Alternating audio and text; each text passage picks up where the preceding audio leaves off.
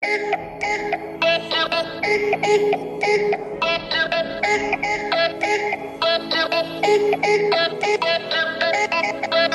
di video kali ini kita bakal review dan unboxing Samsung Galaxy Tab A8. Samsung Galaxy Tab A8 itu punya spek SMX200, kodenya dengan ROM 32GB dan RAM 3GB, warnanya grey. Ini versi yang WiFi only. Di kotaknya nggak ada apa-apa, cuman ada tulisannya Samsung Galaxy Tab A8. Langsung aja kita buka kotaknya. Ya, di dalam kotaknya ada Samsung Galaxy Tab-nya, dan ada apa lagi? Ada charger, ada kabel USB Type-C, dan ada SIM ejector, tapi ini yang versi WiFi only, jadi harusnya nggak bisa dipakai. Oke, jadi tabnya itu kita lihat barangnya seperti ini. Ada kamera nih di sini, posisi kameranya landscape. Oke, jadi di belakangnya ada USB-C, ada speaker, dan ada jack audio. Terus di sampingnya ada slot SIM ejector, tapi ini harusnya buat kartu memori doang. Terus nggak ada apa-apa. Terus di atasnya ada speaker, ada mic, dan ada speaker lagi. Terus di sisi kirinya ada mic, ada lubang mic, terus ada tombol power dan volume. Terus di belakangnya cuma ada tulisan Samsung dan ada kameranya. Ini materialnya kayaknya metal nih, atau kayak metal, kayaknya metal sih, soalnya dingin. Oke, jadi ini panel layarnya ini menggunakan IPS, tapi Samsung sebutnya TFT atau TFT yang kualitasnya IPS mungkin ya. Untuk speksnya dia punya, untuk spesifikasinya menggunakan Android 11 dengan One UI 3, chipsetnya menggunakan Unisoc Tiger T618 dengan 12 nanometer, octa-core dengan GPU Mali G52 MP2. Internalnya menggunakan 32GB RAM dengan RAM 3GB. Untuk kameranya 8MP, videonya 1080 at 30 fps, dan selfie kameranya 5MP dengan perekaman 1080. Speakernya menggunakan 4 speaker dan juga dilengkapi dengan 3,5 jack mm. Untuk wifi-nya sendiri masih menggunakan WiFi 802.11 ABGN AC dual band, yang artinya dia belum support WiFi yang terbaru. Untuk USB Type-C nya itu masih USB Type-C Type 2. Kapasitas baterai 7040 mAh dengan charging 15 watt. Oke, sebagai perbandingan di sini ada iPad 6. Kalau kita bisa lihat rasio layarnya memang cukup berbeda. Yang Tab A ini 16:9, kalau iPad ini 4:3. Jadi secara panjangnya itu lebih panjang Tab A8, tetapi kalau dari video ini kalau vertikalnya itu lebih tinggi iPad 6. Kalau secara ketipisan bodi kurang lebih.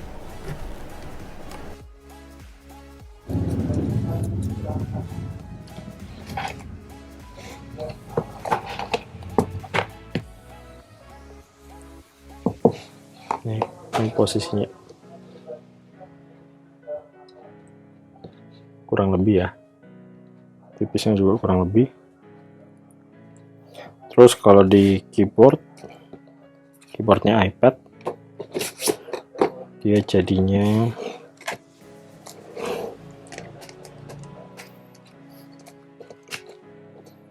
begini kurang lebih.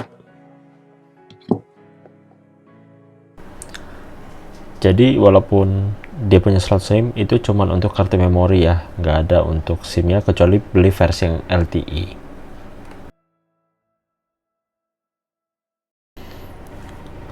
Selanjutnya kita bahas speakernya. Speakernya menurutku overall lebih bagus daripada iPad, jelas karena dia speakernya ada 4, terus kualitasnya juga bagus, kencang, bassnya terasa. Tetapi untuk lebih pasti, coba dengerin dua video ini. Only the most broken people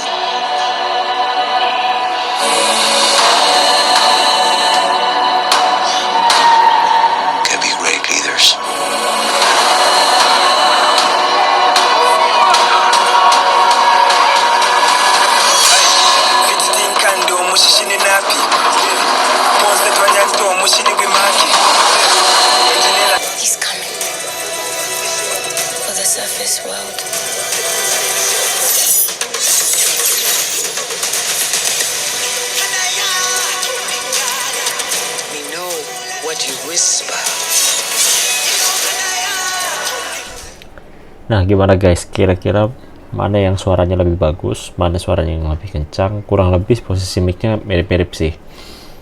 Coba tulis di komen kira-kira mana yang lebih bagus.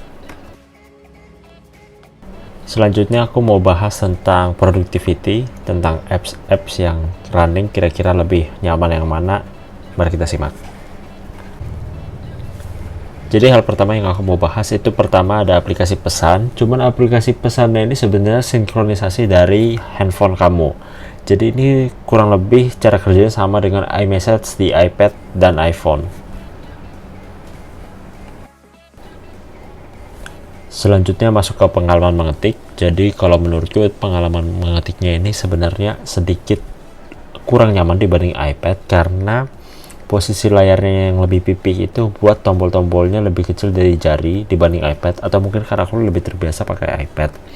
Tapi secara shortcut dia sudah lumayan karena ada kiri kanan sama ada tombol kontrolnya, jadi bisa kontrol V, kontrol C, itu semua di tab Samsung setahu aku ada. Mungkin itu aja sih, atau mungkin aku yang kurang kebiasa karena tombolnya pipih. Sementara untuk pakai keyboard eksternal pengalamannya jauh lebih baik karena layarnya yang 16:9 itu lebih mirip ke laptop, jadi menurutku lebih nyaman untuk dipakai dibanding iPad kalau pakai keyboard eksternal. Sementara untuk baca buka dokumen itu kurang lebih sih, mungkin untuk beberapa kasus tertentu lebih enak karena layarnya lebih panjang. Selain itu, keunggulan yang lebih daripada Samsung Galaxy Tab A8 ini adalah kemampuan OTG-nya. Jadi kalau kita mau pindah-pindah file transfer itu jauh lebih enak karena bisa pakai USB Type-C, dongle, colok flash disk, udah lebih enak pindah-pindahinnya dibanding iPad. Terus juga file manajernya jauh lebih bagus daripada iPad OS. Nah, fitur khusus yang ada di Samsung yang hampir di semua Samsung ada, tapi lebih maksimal dipakai di tab yang aku suka itu adalah fitur pop-up sama fitur untuk split screen-nya. Itu cukup intuitif, nggak terlalu ribet pakainya. Bisa dipakai untuk berbagai skenario. Skenario yang maksimal itu kalau nggak salah bisa sampai 3, yaitu 2 split screen dengan 1 pop-up. Tapi itu juga bergantung ke kemampuan hardware kita dan beban aplikasi yang kita buka. Masuk ke kesimpulan. Menurutku Samsung Galaxy Tab A8 ini dari segi portability udah pas. Tidak kekecilan kayak Tab A8 inch yang dulu pernah kita review, tapi nggak juga kebesaran kayak Tab S12 yang pernah kita review juga. Dari segi entertainment udah cukup banget kalau cuman buat nonton Netflix gitu. Karena layar yang besar, terus kualitasnya yang bagus, ditambah lagi kuat speakernya yang menurutku bahkan kalau cuma untuk buat putar lagu sambil kerja udah bagus karena nggak perlu speaker bluetooth lagi, udah pas lah. Dan juga jangan lupa baterainya yang kapasitasnya besar. Sedangkan di sisi productivity, key factornya ada di USB Type-C yang mudahin kita untuk manajemen file, kemampuan split screen sama pop-up view yang bisa buat kita buka 3 apps sekaligus. Paling untuk catatan, untuk ningkatin produktivitas pertama harus cari cover case keyboard biar bisa portable ngetik di mana aja. Terus specs yang middle ini bakal terbebani kalau kerjanya buat review 3D atau game atau buka AutoCAD gitu, ini pasti terbebani. Pokoknya kegiatan berat kayak gitu itu bakal jadi catatan. Tapi secara umum harusnya cukup banget sih untuk lifespan, mungkin kita pakai 1-2 tahun ke depan ini udah oke. Jadi gimana? Ada yang tertarik pakai Tab A8? Terima kasih telah menonton, sampai di video berikutnya.